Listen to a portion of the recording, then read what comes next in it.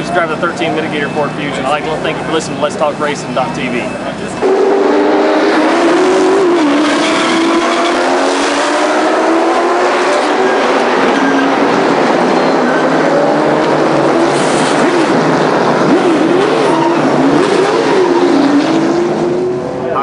Frank Daney Jr., driver of the number 5 Kiker Motorsports Camry.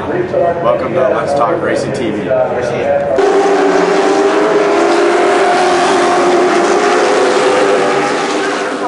With Rockingham Speedway. Thanks for listening to Let's Talk Racing. I'm Tony Peters, driver of the number 17 Toyota NASCAR Camp World Truck Series, and you're listening to Let's Talk Racing.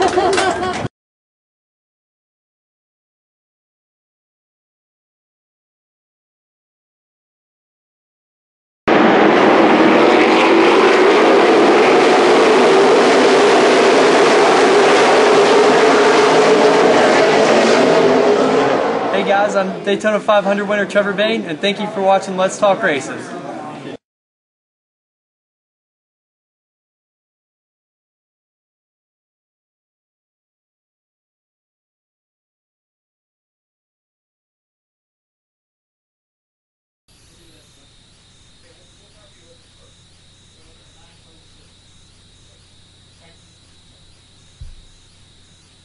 Hey, welcome to Let's Talk Racing. We are on the air now. We're just getting fired up. Everybody is running behind tonight, so please bear with us. I'm still getting my computer all booted up. Tonight on the show, we're going to have Kevin Hamlin, spotter for Ty Dillon, and Brendan Gaughan at Richard Childress Racing. Leilani Munter will be calling in at 7:15. ARCA Series, she just drove Daytona. We're going to talk to her a little bit about that. Alex Kennedy, Nationwide Series driver. We're going to find out how he's doing down at Daytona. They had their first practice today. Sweet. Nice. ARCA driver, Sloan Henderson. I believe this was her first time at Daytona. I believe so. And she had a little accident. I did get to see that, so we'll talk about that. And Robert Richardson, our buddy's calling in. Yep. Sprint Cup, he was 4th fastest in the second practice today. Yep. So, he wasn't as fast as all the top guys, but he was running pretty good. So, do we got... I already got it. I got it right there. I don't need okay. Well, anything you're just else. cheating already. You just go play with the lights. Go play with the lights. Here, I'll give that to him. Okay. Anywho, Kevin Hamlin. Oh, and my buddy Tommy sitting next to me. Thank you for being here tonight, by the way. Evening. I got him to say something. Yes! And we have Kevin on the phone. Kevin, how you doing tonight? Hey guys, how y'all doing? Oh, we're just getting wound up. Just getting started. Kevin, give us a little background about you and tell us what you do and how y'all get started, and we'll kind of go from there. I spot for Ty Dillon in the Camp World Truck Series and spotted for Clint Boyer at RCR last year, and going to do Ty's full deal and then doing the first 5 races at the 33 Cup cars running, and we'll also spot for Brendan Gaughan in the 10 races that he's running, and then also kind of help out in the PR marketing department at RCR, so kind of wear 4 or 5 different hats there for RCR, but it's pretty cool. It's a lot of fun. I enjoy doing it. Yeah. And now, how long you been at RCR? Just about a year. I drove on a limited nationwide deal for Chip Ganassi from 2005 to 2008, I guess, and it was real sporadic. And I did all their cup testing for them through that time, through when my contract actually ended with them in 2010, doing the test driving stuff. And when I was test driving for them and wasn't really racing anymore, the old driving career had been limited to some start and park stuff, and that's really not any fun. You don't really look forward to going and doing that. There's a couple of times like at Dover, I think I qualified 13th and had to run 2 laps in a nationwide race and park it, and at Gateway qualified 10th, did the same thing, and that's just never any fun. So I figured I was either going to spot or drive, and I wasn't going to just do the start and park deal. And when I was test driving for Earnhardt Ganassi there in 2010, I was also spotting over at Front Row, so I was kind of double dipping. When I wasn't testing, I was spotting for John Andretti, and then word got out on the stand that Mike Dillon, who was spotting for Clint at the time, wanted to get off the stand just because he couldn't do his, RCR, director of competition duties, and spot at the same time. So I talked with him and talked with Clint, and by then I was spotting for Travis Kloppel at front row because Travis had come in there and John had stepped back a little bit, and Travis and Shane Wilson, who was Clint's crew chief, are real good friends, and I just got hooked up through them. And how do you like doing the spotting? I've talked to several different spotters, and they always say it's almost like you're in the car. It's almost like you're helping them drive it. Yeah, you're just a second set of eyes for them. It's for me, it's the next best thing. I love driving, but spotting, you can really help the team, or as a driver, you can also, if you screw up, you can hurt the team and cost them some spots, especially with this plate racing here at Daytona. It's a lot different than it used to be because you can't see ahead of the guy in front of you when you're drafting, especially when you're trying to do some cans and stuff. And so you need to go about it a little bit different and spot way ahead and anticipate what's coming and let him know what's going on 3, 4, 5 cars ahead of the guy right in front of your guy. And you typically don't do that because they can see that. You're worried about wrecks ahead of them or what's going on behind them, but telling them what's going on, 100 feet in front of them, you typically don't do. But with this kind of racing, they can't see. So this kind of race, like I said, is a little bit more difficult than some other stuff, but it's great. It's like I said, you're basically the next best thing to driving. It hurts a lot less when you hit the wall up there, doesn't it? Yeah, trust me. In my brief driving career, I did that a time or two, so I definitely knows what it feels like when you smack the fence. How has everything been going? The first year with Ty Dillon in the ARCA series, and Brendan Gaughan, he's been around. Give us a little bit of how different is it between those two guys? Do you do anything different between those two, or does Brendan want a little more? Maybe Ty coming out of the dirt, does he want a little less? Is there some difference there? No, it seems like with the younger kids, you need to rein them back a little bit, and Brendan's been around for a long time, and so he pretty much knows what he wants, and he's a veteran. When you're doing something for Ty, you might give him a little bit more feedback or a little bit more advice, I guess you could say, than what you might give to Brendan. But what's easy about Ty is he's just so naturally talented that it pretty much just takes care of itself. Does that and for our people that are watching this and listening to this, how easy is it to pick the talent? Do you know what you understand what I'm saying? How easy is it to come out? You just said it. Talent. Ty's such a talented. The talent just kind of takes care of itself. Is that pretty easy to pick out? Yeah, I mean, you can definitely see him. He's obviously in some really good equipment that they built here at RCR, but everything Ty's ever got in, he's been really fast. And the neat part about it is that he and his brother alike are just real humble kids, and they're fun to be around. They got a rich racing history in their background with their family, and they know that, and they know what it means to be in the 3-car truck, and they're just good people. They're fun to be around, and you can see some of the guys up from, at least from our point of view, of some of the guys that struggle a little bit, some of them that don't. And, it's always good to try and get hooked up with one of those guys that, hopefully you'll visit Victory Lane a few times with them. Well, with Ty, I'm pretty sure you're gonna have a few victories with him, and with Brendan's a very hard charging driver too. I wouldn't be surprised if you didn't see him pull off a couple this year. Yeah, Brendan's really good, and he knows what he wants, and he gives good feedback. And he's, I don't think, been with he's been with some good teams, but I think RCR is probably the best opportunity he's had in his racing career, other than when he ran his own deal out of Vegas. So I'm really excited to be working with Brendan this year. And they went and tested Nashville with all the nationwide teams, and he was actually the fastest car by just a little bit. He was really excited about that, and I know all the guys on the team are real excited to work with him too. I got to ask you this, because you were not with RCR last year at Kansas, was you? No, I actually was. I was with Clint all of last year. what's it like working with Richard Childress? Does he get as emotional about Jeff Burton and Kevin Harvick as he does like he would with his kids, or with his grandkids, I should say? Yeah, I mean, you got to remember that whole deal that went down last year was something off of the 22 truck with Joey Coulter. And, one of the biggest things I told my wife when I started at RCR last year was about 3 days in, Richard walked by and said, "Hey, Kevin, how you doing?" And some of the previous owners I had worked for take a little bit longer than that to know your name, if ever. So just having that kind of a family background and Richard knowing his people is just something that was a little bit really refreshing. And he's really passionate about the sport and the race, and he's at the shop every day. Like every day, his car is there, and he's in there working. And I know a lot of other owners have their hands in some other projects, and so does Richard. At the race team is his main field. He's very passionate, and he's old school, and it makes it work for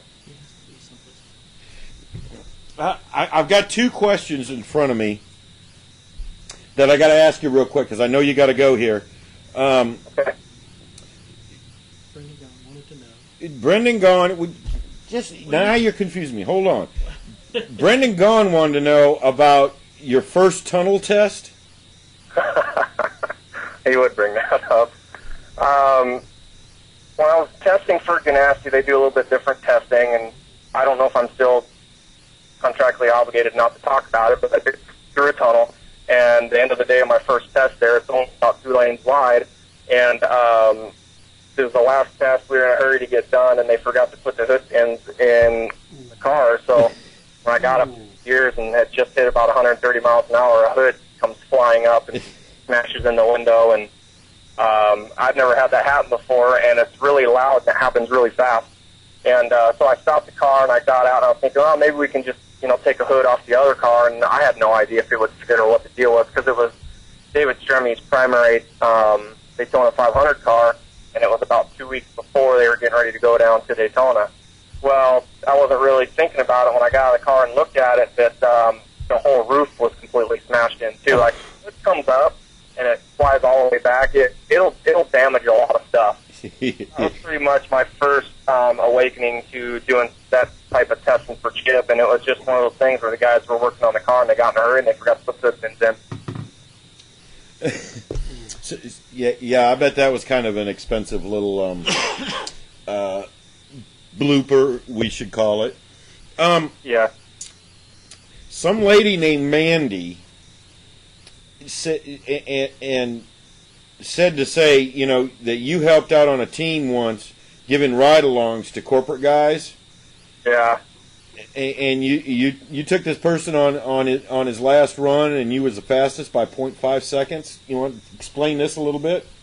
Yeah, that was back in the day back home. I was giving some ride-alongs for Napa Auto Parts, and I gave all the corporate guys rides. It was just a hometown deal. It was actually it was called the Winston West Series back then. It's the K&N West Series now, but they were in town, and they asked me to give some rides to these corporate people. So we did, and it was the last run of the day. And Mandy, who is actually my wife, that question, jumped in the car with me, and we went it was actually a little bit quicker. I was about 3/4 of a second faster than I had all day in the car. So I mean, when your gal jumps in the car with the straps, you got to show off a little bit for her. And I think when she found that out, I don't think she was too pleased. I thought that would have been a good omen that was a good team. Yeah, I mean, it was probably a little quicker than what that ride-along car should have been going. If I was going to go out in a ball of fire, I was going to take her with me. There you go. Well, you can look at it this way. She survived through that. She could probably survive through anything now. Yep. Well, listen, I know you got to go. You got some meetings to get to. I appreciate you stopping by. We're going to get you on here soon. Get some more time. Get you when we can get you a little bit more time. Good luck this weekend, and keep them boys safe and have a good run. Yeah, I appreciate it, guys. Thank you. Thanks, Kevin. All right, take care. Bye. It's these times I hate. We never have enough time. He had a meeting to go to. Yeah, he had a NASCAR thing. And now, Leilani. Leilani Munter. Leilani Munter. She had some tire issues. I believe that's what it was. Let's talk racing. Roger, hey, it's Leilani. Hey, Leilani. Hey, Leilani, how you doing tonight? I'm doing all right. How are you? Good. Are you still down in Daytona? No, I'm back in Charlotte. You're back in Charlotte. Started towards the rear. You were like 24th, 23rd? We started 26th at Daytona. And where did you end up at? And we're going to get to what your sponsor here in a little bit. And I think that's pretty cool. I caught a little clip of it, but where'd you end up finishing? Yeah, we actually ended up blowing a tire, and then we were down on power. We don't know if it was the ignition boxes or if we had a motor problem, but we ended up 36. We were pretty much limping around. My inner tire liner blew on my left rear on lap 14, I think. Yeah, I caught a little bit of that, and now this isn't your first time at Daytona. You've been down there a couple of times to run the ARCA race, right? Yeah, this was my second time at Daytona. We had the strategy to drop to the back on the, coming to the one to go. We pulled down pit road and just, rode around and came around back to the back of the pack just to kind of stay out of the fray and let things shake out. I'd been caught in the big one before when I was there in 2010, so we didn't want to have that happen again. And then we blew the left rear inner tire liner blew coming out of 2, and I kept it off the wall and kind of limped back around, took 4 tires, went back out, and we had some ignition problems during practice, and then my ignition boxes, we think, started going bad during the race. I was turning about 6,300 RPM, which I should have been turning about 7,100, so we were kind of just limping around and finishing as many laps as we could, and we ended up 36, so definitely not the kind of race we wanted, but I guess I can thank the blown tires for getting us some TV time for the Dolphins, so trying to look the positive.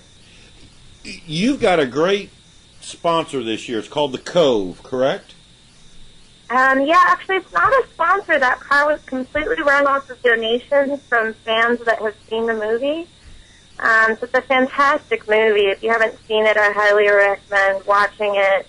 It won 70 awards globally, including the Sundance Film Festival Audience Award and the Academy Award for Best Documentary. And it's been a movie that I've been passionate about since I saw it a couple of years ago. I've held screenings of it. We lit up the Empire State Building in red to honor the dolphins that are killed in the Cove in December. And in January, we announced that we really wanted to get this movie in front of as many people as possible and spread awareness for the dolphins. And we started collecting donations through the Oceanic Preservation Society, which is the production group that created the movie The Cove. And we raised enough funds to go to Daytona, and so it was, just a real honor to drive that car. The director was there with me, the star of the film, Rico Berry, who's a very famous dolphin activist, were there with me at the race, and we gave 1,000 DVDs away to the fans, and got a little bit of TV exposure for the dolphins, so I just really hope that people will go out and watch the film.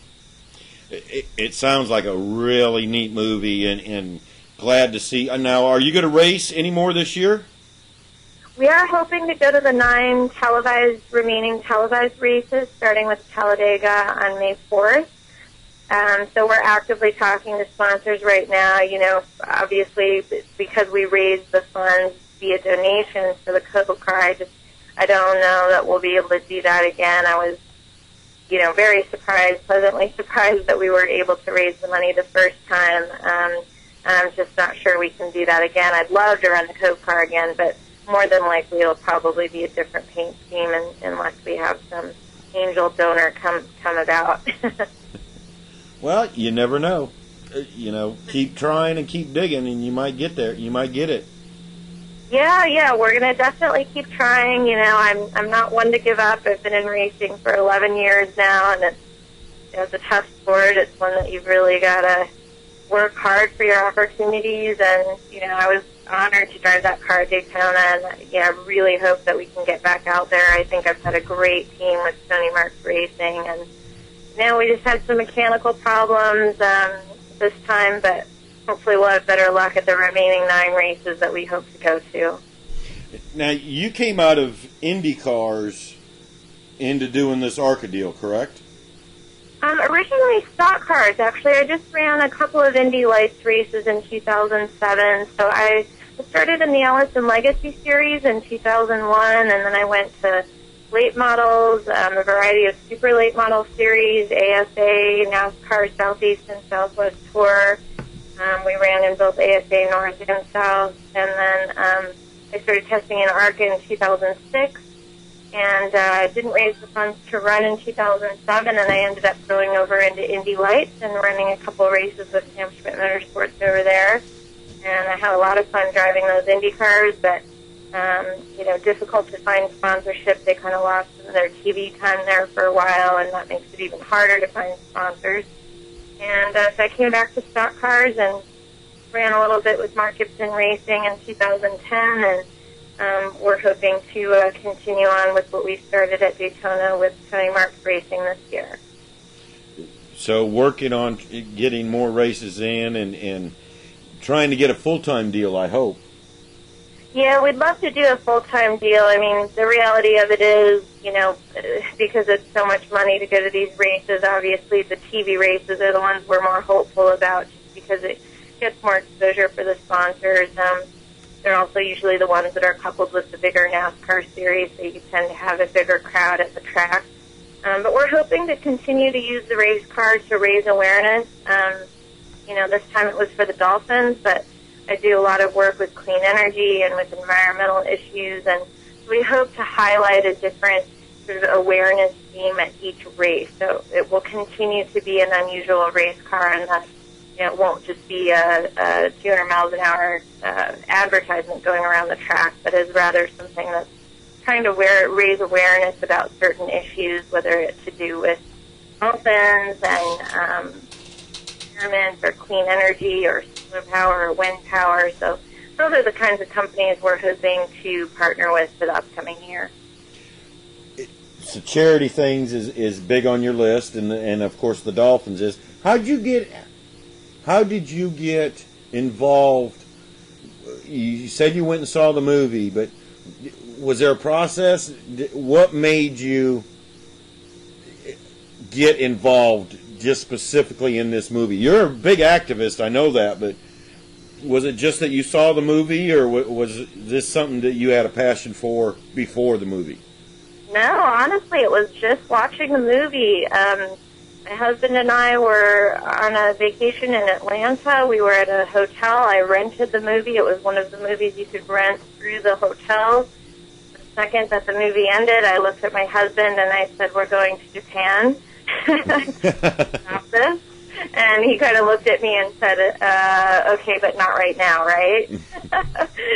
And 9 months later, we were on a plane, and that's when we first met Rick O'Berry, was in Japan. He's the star activist in the movie.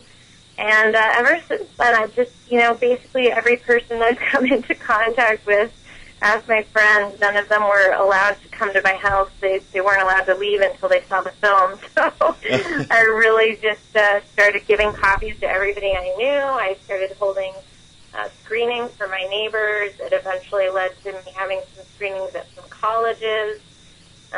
We did a benefit screening out in San Francisco. That led to the Empire State Building. And then finally, of course, the Cove Car at Daytona. So it's one of those movies that just really, I haven't met any single person that has seen it and walked away from it and not been affected and not said, changed the way that I look at things. It's changed, my life in some way, whether it's as small as going online and signing the petition. We've had 2.3 million people from 151 different countries sign the petition asking for the slaughter to end. Or whether it's just sharing with people to not buy tickets to dolphin parks. It's actually the dolphin captivity industry that drives this horrific slaughter of the dolphins in Japan. And so it's one of those movies that I think affects everyone who sees it, and I was obviously affected really deeply by it. But I think it's a similar reaction that everybody has. I've just been lucky enough that I've had the opportunity to fly to Japan and actually fight it in person.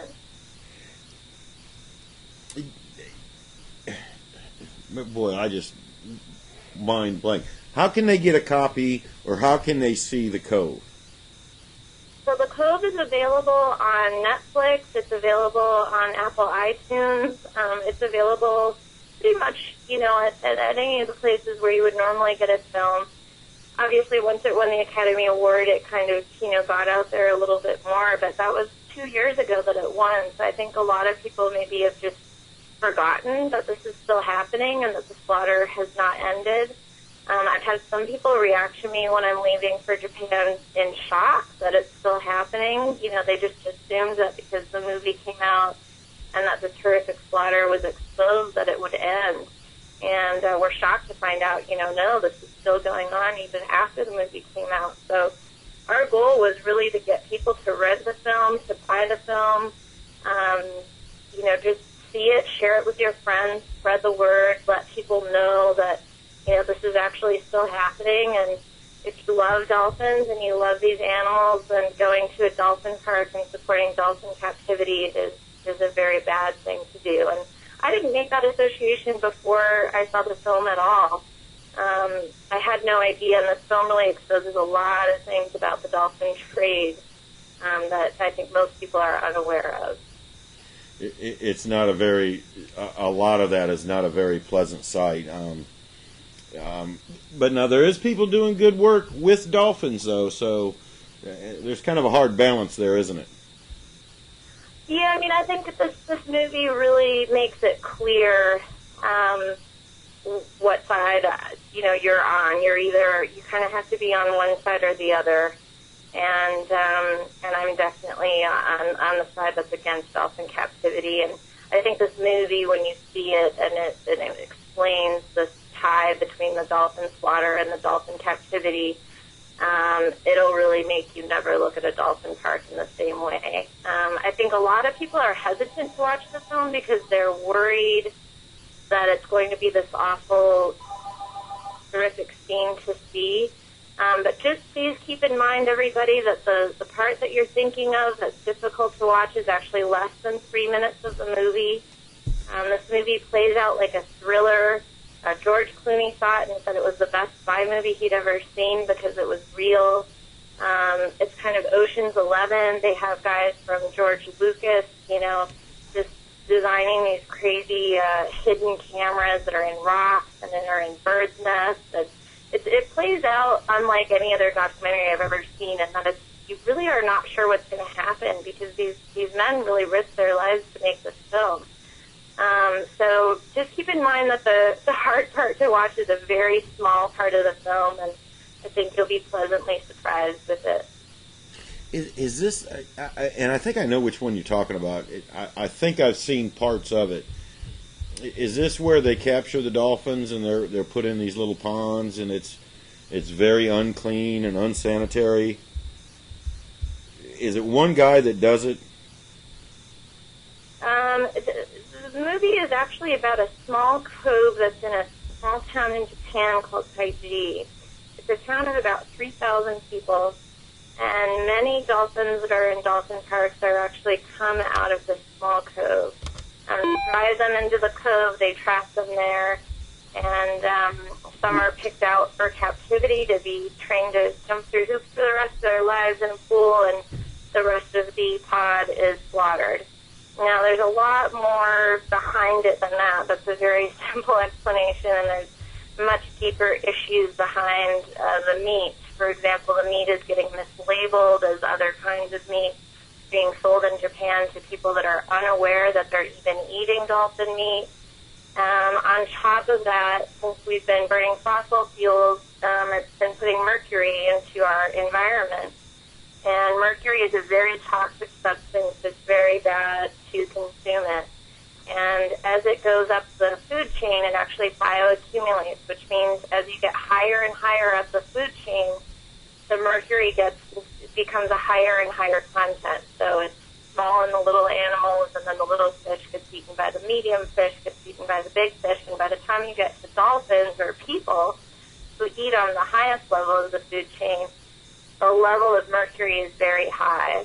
And in Japan, they were testing in this movie the levels of mercury that were in this dolphin meat, and some of them were as high as 2,000 parts per million, which the legal recommended level in Japan is 0.04 parts per million. So it was incredibly toxic, and there's lots of people that are maybe consuming dolphin meat that are unaware of how high it is in mercury, and also unaware that they're even eating dolphin meat because the people are actually mislabeling it as other kinds of meat. So there's all kinds of issues far beyond the dolphin captivity issue that is addressed in this film. Wow. Go ahead. You actually said something. I was waiting for you. What? Do you have a question? No, just Okay. Just wowing it. Yeah. Just wowing it. Yeah, wow. Yeah, dude, that's right about that. Listen, Leilani, we got to get going here because Doc's got us so booked up here, and I've already got our other guest on here. Good luck making the May race May 4th, Talladega, correct? That's it. Thank you very much. And if you guys are able, please throw up a link to the trailer of the Cove on your website for all of your fans if you could. We can do that. I'll get our producer Doc on it right away. Excellent. Thanks so much for having me on, and hopefully I'll talk to you after Talladega. Love to hear from you. Take care. Okay, bye-bye. All right. I could have done that. Okay, now on to our next guest. We haven't even had a chance to talk because there's a couple things I need to bring up, but we'll talk about it later. Nationwide Series driver Alex Kennedy. Kennedy, give us a little bit of your background here. Hey guys, how you doing? Background as in racing background? Or? Yeah, give us a little bit of your background here. Was he a tennis player? Not, I don't know, my racing background's probably pretty similar to everybody else who's out there. Started little, raced around in go-karts, and slowly moved up through Legends cars to late models to a touring series, and where we are now in a very short amount of time to describe it. who are you racing for this year? We actually don't even know that yet. We're still talking to a bunch of different people, so I cannot fully tell you who that should be. It's still a secret. Still a secret. Are we down in Daytona, though, kind of walking around and trying to get some deals going? Oh, yeah, definitely. You know, in this type of business, you have to be seen, and you have to be meeting face-to-face, and where else at Daytona are you going to be seeing everybody that's going to be part of this entire racing community in one place? We're here. Obviously, I ran the ARCA race Saturday. That was in the 08 car, right? Yes, in the 08. Now, how did it go? How did it go for that? It actually went pretty good. We started 20th, and we ended up finishing 9th. Yeah, we were kind of in the middle of that crash test coming to the start-finish line on the checkered flag. So I finished 9th sideways, but 9th still was.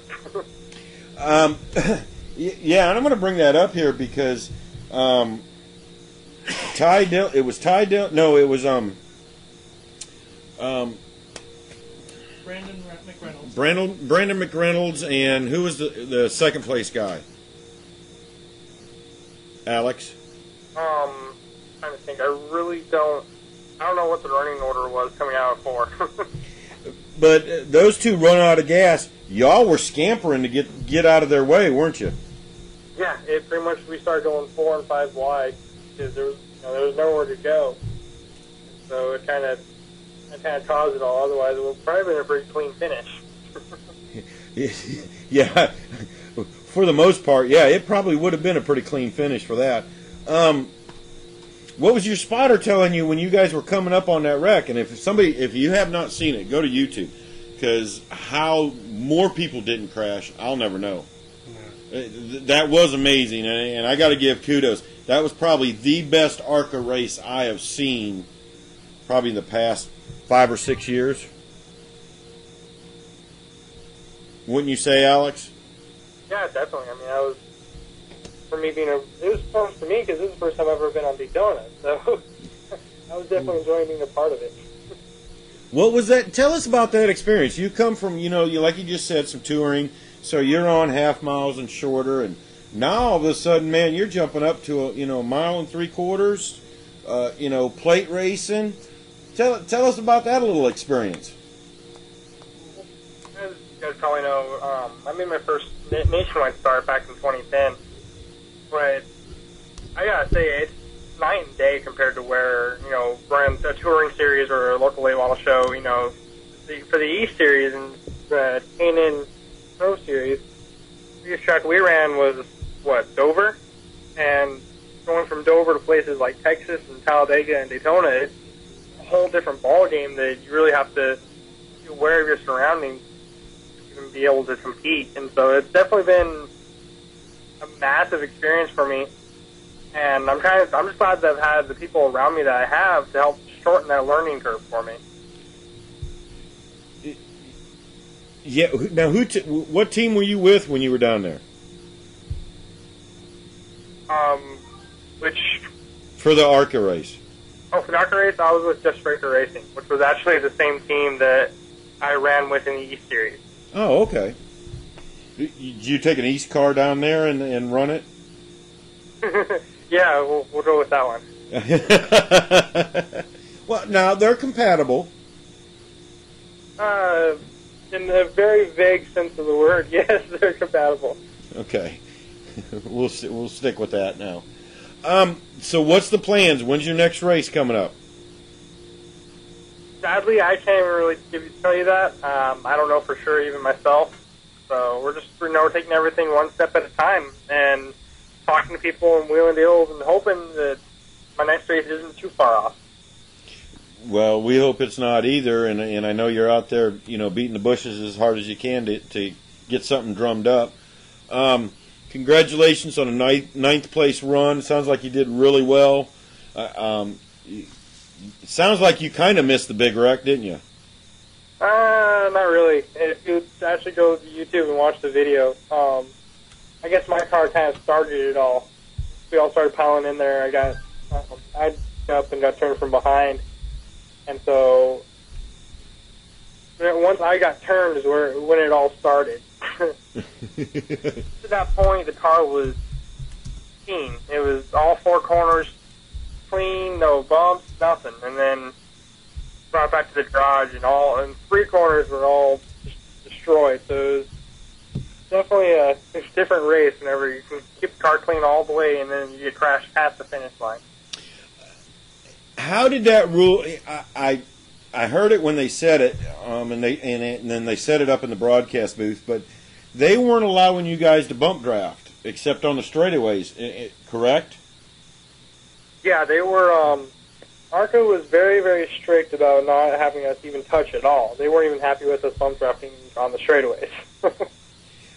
So was there some stiff warnings coming out about that? I mean, was ARCA pretty strong about that? Yeah, they presented it in the drivers' meeting and such that if we're bump drafting or whatever, we get one warning. And if we don't stop it and quit doing it, then we're parked. Did everybody seem to kind of adhere to that? Was there still some bump drafting going on? Because we're sitting here, and actually there's Alex right there. We're sitting there watching this ending right now. Was everybody pretty good about it? Yeah, I mean, as far as I could tell, I never had anybody coming up on me and around me that no one was really doing anything. ARCA made it pretty strict. There were actually a couple of cars even in practice who tried doing, with the old body style cars, they tried doing the two-car tandem. And they succeeded in not crashing, but they really didn't gain any speed. So I think that kind of showed everyone else, though, that it wasn't any different than actually doing the regular drafting. But the race was surprisingly very, very clean up until, even coming to the finish, it was still clean. It was just a traffic jam. Well, yeah, you had two cars running out of gas and everybody trying to get around them. So, yeah, that was a pretty scary. it had me standing on my feet. I'm going to tell you that. I'm sure you were sitting up in your seat. Yeah, it was definitely. There's no feeling worse than once you get stopped sideways in the middle of the track, and there's, you know that car is still coming. You're just sitting there holding on, hoping that they're all paying attention and don't hit you. So it's waiting for the moment. One of the most unnerving feelings of being a race car driver, stopped in the middle of the track after a crash and waiting for that next hit. Yeah, that's one of those. Oh shit, this is going to hurt. Yeah. You can say it. It's the truth. So, and yeah, it actually looks like you got turned. We're sitting here watching it, and I'm replaying it. It looks like you had a lot of help on that. Yeah, but that's what happens on these tracks. We all get piled into one spot. But yeah, and once I checked up, I think it was the 15 car was behind me, but he obviously had nowhere to go. I mean, they penalized for going underneath the yellow line after the race was over. They penalized quite a few people for dropping below the yellow line to go around people coming up to that finish. And so obviously, the 15 did what he was supposed to do. He had just, like everyone else, it's all bottled up, and he had nowhere else to go but in the back of me. So yeah, exactly, yeah. Wait. That's how it is. Yeah. And people don't realize you're running 190, 195 mile an hour down that front straightaway. You can't just stop. Yeah, the brakes don't work quite as well as out here on the freeway. Yeah, it's like having no brakes. So, Alex, listen, we're going to get you out of here because I'm going to take a 2-minute breather until our next guest comes on. But I want to thank you for coming on. Go get that ride. I know you're working on it. And call us back and, kind of let us make an announcement on it. Cool. Once I have something for you guys, I will do that. All right, Alex. Good luck in your ventures, and congratulations on the 9th place finish, and we'll be talking to you soon. Would you like us to tell Robert hi for you, too? Yeah, go ahead and do that for me. Oh, yeah, we'll definitely tell him that. So, thank you guys. But we'll be talking to you soon. All righty, sounds good to me. You guys have a good night. All right, you too. Bye-bye. Bye. He's a pretty good kid. Run one of your commercials. I know you got one up there. Go ahead and run one of your commercials, please. Why? Just go run one of your commercials. Oh, we've not done one in how long? We run them all at the end. That's what I do. Run your commercial. Oh, you need to go do something? Yes. Oh, he's got to go wee break. Yeah. You could have done that and I could have talked to him. Jeez Louise. What is up with this? Ain't you got any home training over there?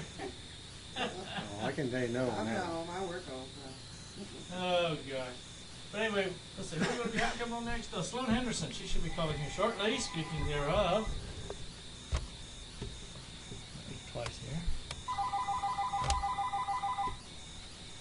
here. Hey, Sloan. Hi, how are you? We're doing good. How about you? I'm doing good.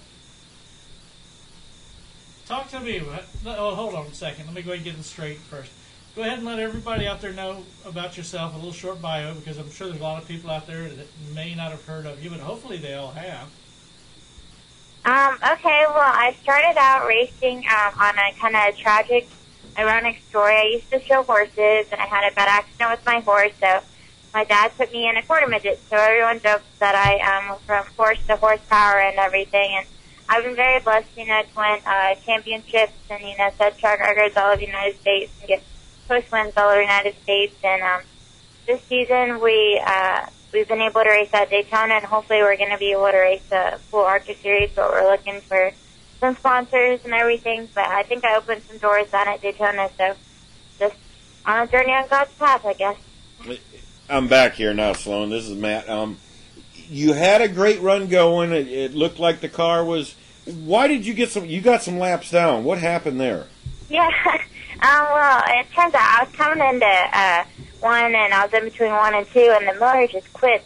It just quit on me, and I couldn't start it back up or anything, and it ended up being an ignition problem. So I was sitting down there for a couple laps right before I think Nelcaduna got hit or something and spun out, and they were able to roll it back into the pit area and get it fixed and everything. But that was a bummer, but, you know, I had high hopes and everything because it's Daytona Speedway and we're getting the lucky dogs and everything, but unfortunately we got caught up in that wreck with Hilton and everything, and I thought I almost had him cleared because it looked like he went up the racetrack a little bit, so I was like, oh, that's so high, and then time I get there, he'll be down. And unfortunately, he went down, but, I mean, he came right back up when he hit the apron and everything, so that was something we really weren't looking forward to and everything, but it was I learned a lot down there, and it was a blessing and everything, and you can just take what you can learn from there, so hopefully if I get another chance, we'll do a lot better. You did a great job. I mean, this is your first time down there. BK Motorsports. You're down there with some of the best guys, Brian Keselowski and all them. What was your Daytona experience like? I mean, we know what the racing part was, but what was the whole atmosphere of the whole day?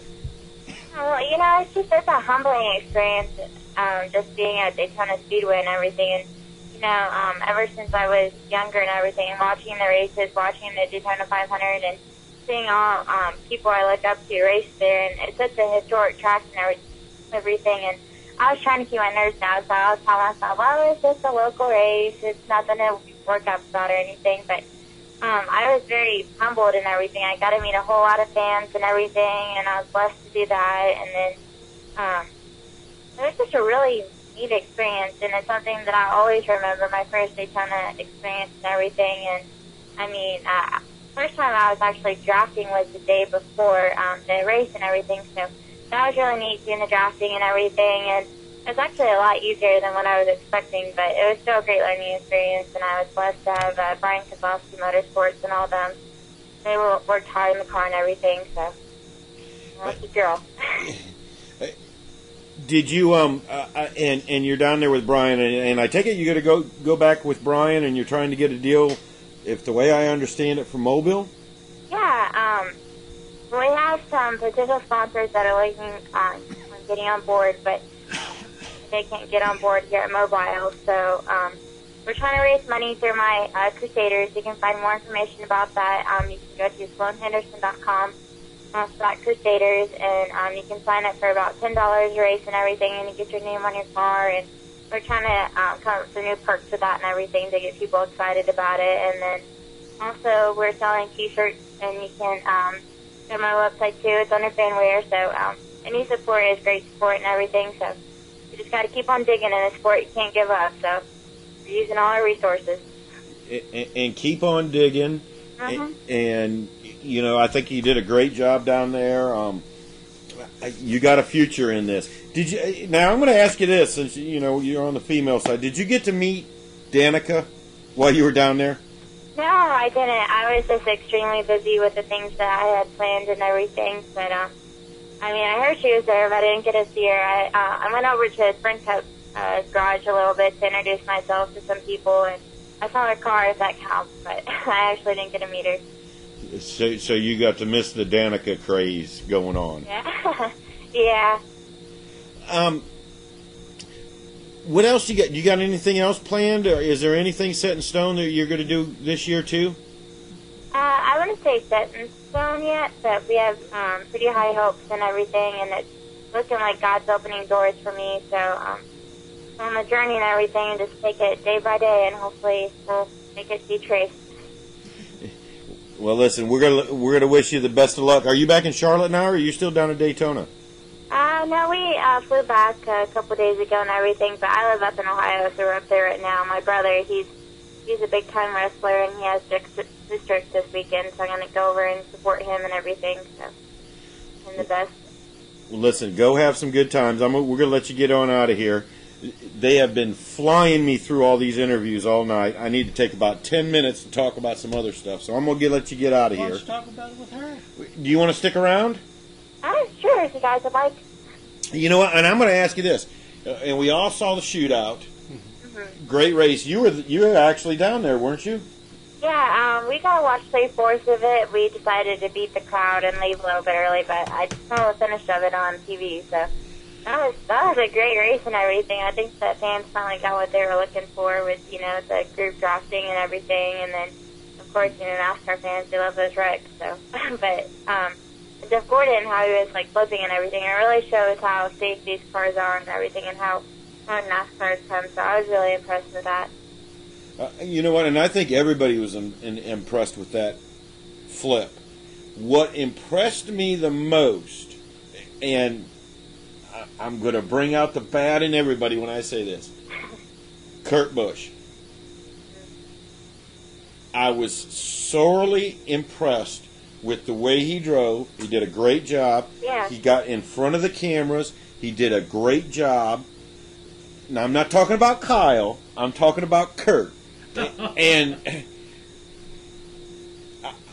I was teetotally impressed. And I think if he stays the way he did at Daytona with James Finch and Phoenix Racing, I think he'll be all right. I think the pressure's off. I think we're going to see a good Kurt Busch. Right. Kyle Busch, on the other hand, the man can drive, but I think he's still got an attitude problem. Yeah, I mean, I've seen him race even in his CRA cars and everything, and I mean, he's got a lot of talent on him, but I mean, in order to get more of a fan's approach and everything, I think he's going to have to work on his temperament a little bit, but I think that spices up NASCAR a little bit, so... Well, you know, and to be fair here, Tony Stewart's got a temper, but he's controlled it, and he knows how to. He's very charismatic, and he carries himself very well. When he's mad, you know he's mad, but when he's in a good mood, he doesn't get that arrogance about him. Yeah. You know what I mean? I agree with you. Kyle, though, I mean, he's got more talent than probably half the drivers out there, but lose the attitude. Well, he did. I mean, he did good at that at the shootout. Oh, he did great. He wrecked move. Twice. Yeah, I mean, I literally, you know. If Tony had been behind him, he'd have done the same thing. And Tony took that very well. I mean, he even said it. He said, "I learned something. I'll know what to do next time." I know what to do next time. You know, and there was no hard feelings between Tony and Kyle. I just thought the arrogance of Kyle was still there, and I think that's something that they better address now, or we're going to have another next year. Is this your 10-minute thingy? Yeah, this is about my 10-minute Okay. So, but no, you know, and that was the first thing, and we sat down, we watched the shootout, and I don't know if you had run into Kurt or nothing. I'm not sure how the ARCA garages and the Cup garages, but it was a breath of fresh air. He was just a great guy, and you know. All right, I got to ask you, who's your favorite driver? My favorite driver, I would probably say Kyle Edwards. He's a really good role model to look up as a race car driver, just how he presents himself and everything, and how he dresses himself on the racetrack, and how he interacts with his fans. So, he's probably my favorite. Kind of your favorite, and he is a great guy. He's a Midwestern guy, an old Missouri boy. So, who's your pick for the 500 win? Oh man, to be honest with you, I've been really caught up in my stuff and everything, but from what I've been watching and everything, I mean, Carl's been pretty good and everything, and I mean, really at Daytona, it's anybody's pick. I mean, last year Trevor Bayne won it, and I think he was kind of an underdog and everything, so it's really hard to say, like, a pick at this point and everything. I'll probably go watch the duels and probably get an idea of that perspective, but, I mean, it's anybody's game, so. I think so too. I don't think we're going to see a repeat winner. Yeah, I don't think so either. I mean, it's Daytona. You know, we got to have an exciting race and everything, and I really think that the changes that NASCAR has done and everything, we're going to get that race that we used to have years ago and everything, and fans are really going to be excited about NASCAR. Yeah, I think we're going to pull a lot more fans back. I think Daytona is going to be really exciting this year. It's not just 5-6 years ago. This is the racing they did 10-15 years ago. Yeah, I mean, I think that's one thing that NASCAR needs to bring back is, you know, their homegrown roots and everything, and let them be NASCAR again, and, you know, not, I mean, I hate to say it, but, like, politics and everything, I mean, this needs to be racing. I mean, what people get excited by is, you know, cars going out circles, going 190, 200 miles an hour and everything, and get fans excited about this sport. And, I mean, I think it's going to really, bring a better outcome than what it has in the past. And I wish the best for NASCAR. I mean, I've been a NASCAR fan for years now, and I mean, I hope to be there one day. So it's really exciting to see how it's starting to turn around and starting to, look like it's going to have a bright future. And I think NASCAR is doing a great thing they seem to be working with the teams, and they seem to be getting it back to where there's actually racing back in it. Yeah. Especially plate racing. Mm-hmm. So now they need to do something with Michigan, and we'll be happy. You ready for this thought? They're fussing about them putting all this glossy stuff, the slick stuff on the front and rear of the cars. Issue them all bare bond. Put on the front and back end of the cars and let them try to bump then. Ain't nothing going to work then. They're going to be pushing each other out. And they will quit it. Well, that's not necessary. I mean, it's just like what they were saying. I know what you're saying. Velcro, there we go. But jeez. Get a train started that way. Yeah, you could. Yeah. We'd have train racing instead of a pack racing. Yeah, but let the first person turn a little bit left or right. It's all over. Who was it that? And they were surprised about it. The Australian. Help me out. Ambrose. Marcus Ambrose Yeah. boiled his brakes during the Bud shootout.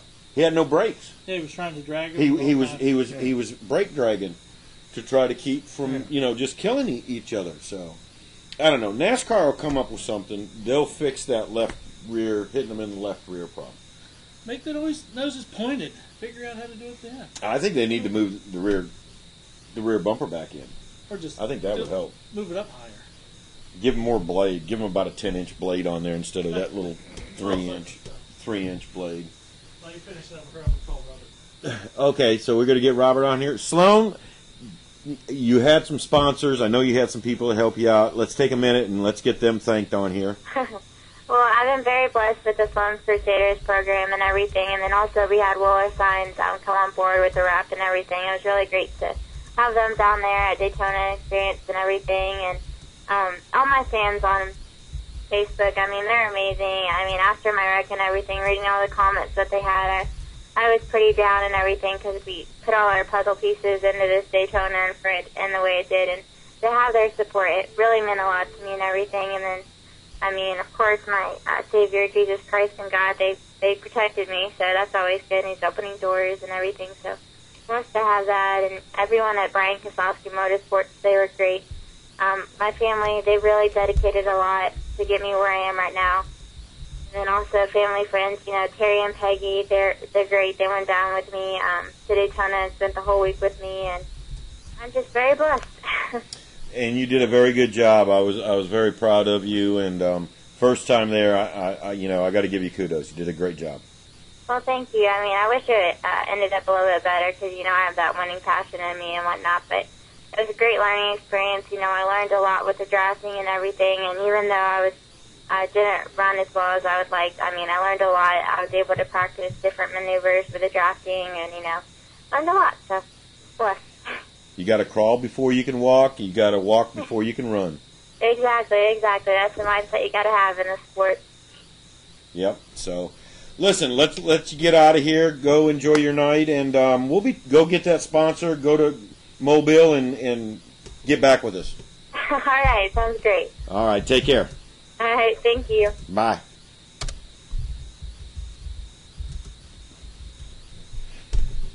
I was just thoroughly impressed, and I wanted to say it live on air. I was impressed with Kurt Busch.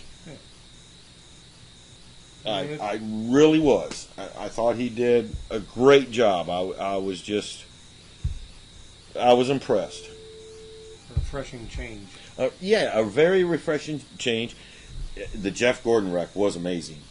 And if people didn't catch it, there was a little bright orange strip on his roll cage above his head. You know what that was? Well, you know what it was. Yeah. That was the roll cage melting. It's pretty much what it was. Yeah. So, but it was a good shootout. It was a really good shootout. It was anybody's game. Kurt Busch or Kyle Busch, he could drive the wheels off of anything. I don't care. The first time he spun out, he did an excellent job in bringing it back. The second time, he was lucky as hell. That's all I got to say about it. He was lucky as hell.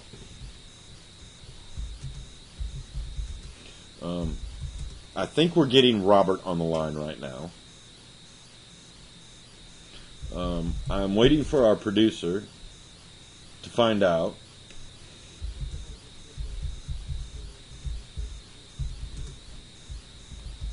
And I'm on Facebook. Oh, I can pick him up? Oh, I have that permission? I can push buttons? Can you handle it? Robert, my man, what's up, buddy? What are y'all doing? Man, we are just talking all kinds of smack about everybody. Well, we can't tell him too much. We have to kill him. No. We wouldn't do His that. dad get real pissed. His mom would too. I tell you what goes around comes around. There you go.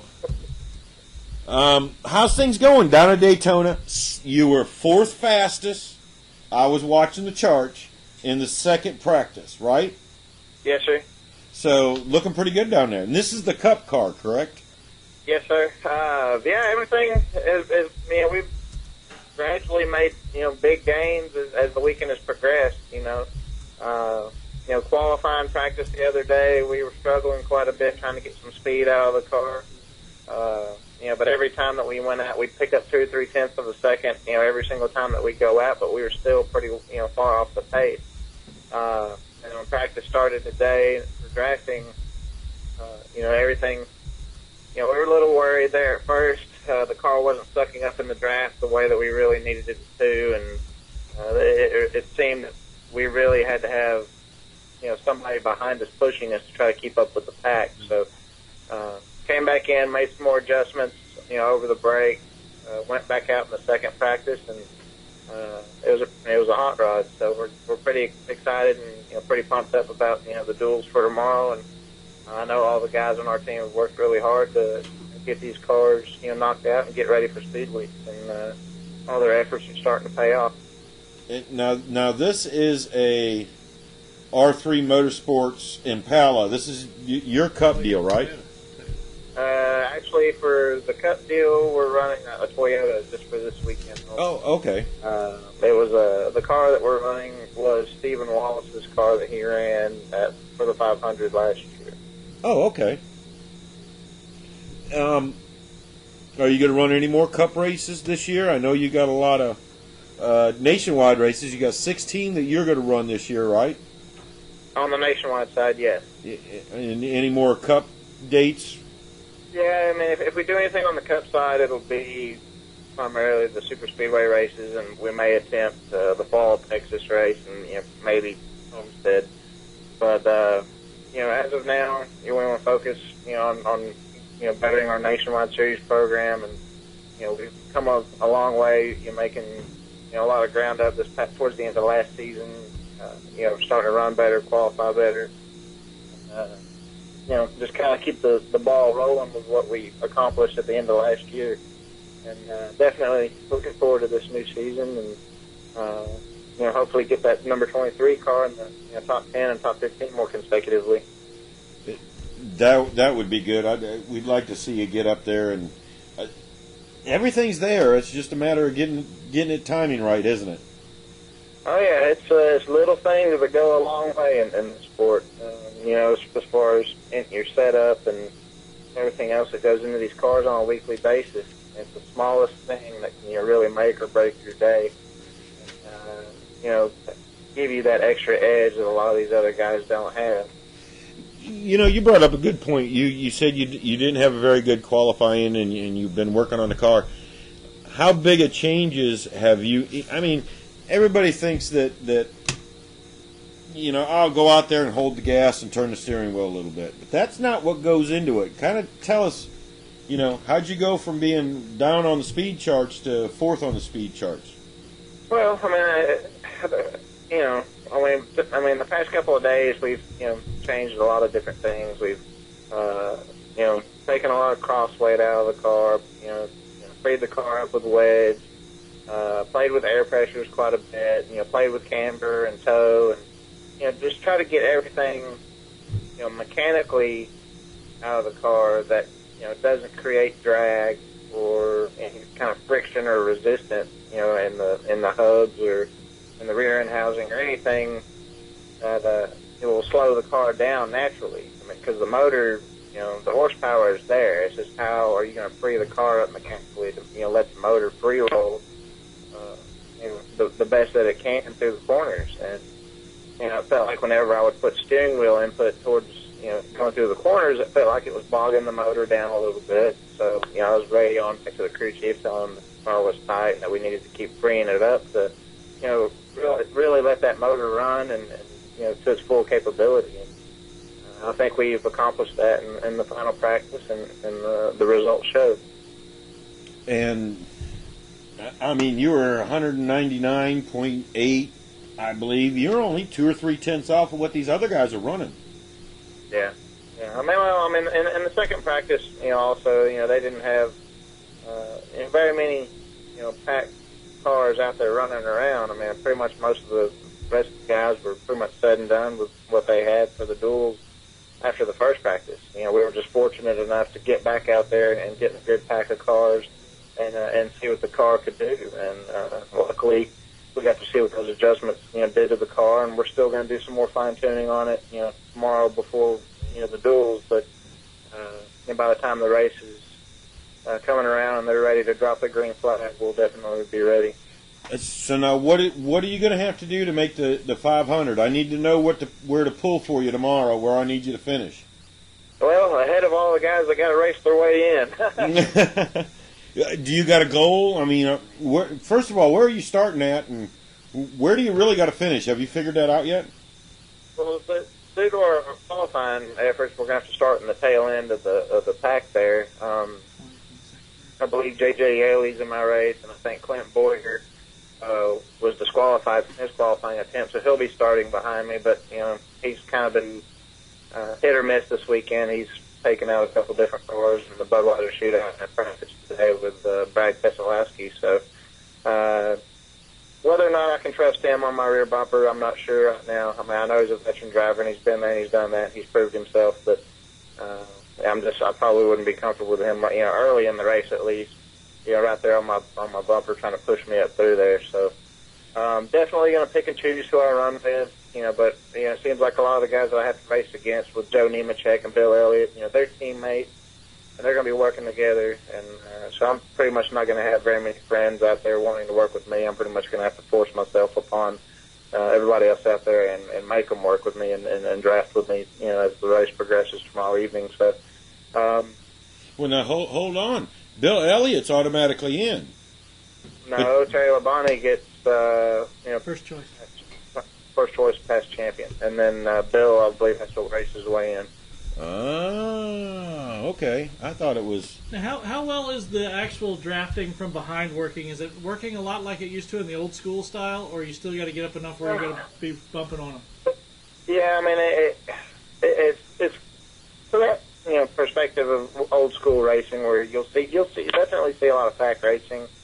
The 2-car tandem guys are having a hard time, you know, keeping up with the pack right now, especially if they're in the back. And they get such a run on the pack, they can't just go blowing through them like they did last year. If they catch a group of cars and they, you know, have the room to go by people. If you see the 2-car tandem guys trying to catch a pack of cars, you know, they're going to really have to check up, you know, pretty hard to not, you know, rear end, you know, the rest of the field that they're catching. So it's definitely going to be a lot better race, in my opinion, than what we saw last year. And, you know, I'm just glad to see, you know, pack racing's back, at least for the time being. Well, and we saw that in the shootout Saturday night, that if them front guys are sitting there and they're 2 or 3 wide fighting it out, them guys that were clearing the back, and Tony Stewart did it within 3 laps, he had 6 or 8 with him, and they caught him, and pretty quick too, didn't they? Yeah. I mean, you know, it's all about, you know, who you're running with and what kind of equipment, you know, they've got underneath them, and whether or not they trust you enough to run with them. And, you know, if you're running with 6 or 7 guys like what Tony Stewart and them did the other night, and you're all running streamlined together and everybody's staying up, you know, tucked up behind each other pretty, you know, close, and then the pack in front of you is all fanned out running 2 or 3 wide, you'll definitely catch that group of cars pretty quick. You know, they're buffering air everywhere, and the cars behind them don't have near as much resistance on them, so that they can run to their full capability and catch everybody. That's what Daytona and Talladega are all about. So it's still going to end up being a kind of a head game. Whoever races the smartest is probably the one going to win it. Yeah, pretty much. I mean, but there's a lot of goofballs out there that'll try to win it all on the last lap or the first lap. I mean, you just don't know who to trust. But just get out there and try to put yourself in a good situation when the time counts. Have you been talking to anybody down there and trying to make some friends and not really. I mean, get some dancing partners, I should say. I've raced with these guys enough.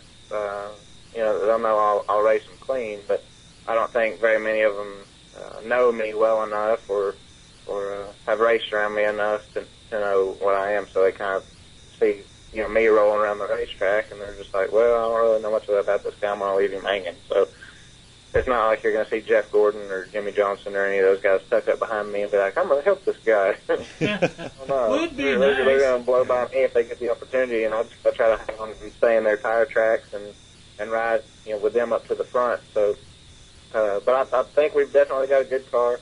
It sucked up really, really well in the draft in the second practice, and we're definitely excited about being in the Gatorade duels and having an opportunity to make it into the Daytona 500. Yeah, and you're still going to go run nationwide Saturday, right? Yes, sir. Yeah, we're locked in on the nationwide program, so there's not near as much stress on that race as there is on the Cup side for us this weekend. But really looking forward to the nationwide series practice tomorrow. Looking to have another solid run in practice and a good car for that race as well. So, and who now you're going to run 16, and then who's going to be your other driver in the nationwide? Right now, we've got the way it's divided up. Corey Stott, Motorsports has a driver by the name of Jamie Dick that will be driving for his organization. He has enough funding to run approximately 15, 16 races. Right. So we kind of merged together and agreed, that the races that R3 doesn't run, Corey Stott and his guys will run the remainder of what races that we don't run using the 23 number. So that way they'll be locked into the top 30 in points and not have to stress out about qualifying in the show. And Jamie will be able to get experience in racing the nationwide series, and hopefully build his career as a driver. Help him out a little bit. Now, is anybody else going to run with you? Scott Riggs will be driving in the Cup Series for us this year, but most of the races that we go to try to make the Cup races, but. As far as on the nationwide side for R3 Motorsports, I'm the sole driver as of now, for the series, unless somebody else comes along and has some sponsors that they're working some deals with, and they want to get some seat time in the nationwide series. I'd be glad to get out of the seat and let them race. But for the time being, it'll just be me on the nationwide side, and Scott Riggs and I alternating in and out of the seat on the Cup side this year. Cool. And I take it we have more than just one Toyota sitting down there on the Cup side, right? Right now, it's just the Toyota that we've got on the track for this weekend. The rest of our fleet are Chevrolets that we've bought from Earnhardt Ganassi. Oh, really? Oh, okay. So you've got some pretty good equipment there. Yeah. We don't mess around, son. When it's time to go to the racetrack, we go to compete. All right. Now, did I see it right? And if I'm wrong, you need to correct me on this. Didn't I see Texas Pipe? Is that the right on the car? North Texas Pipe. North Texas Pipe? Yes, sir. Okay.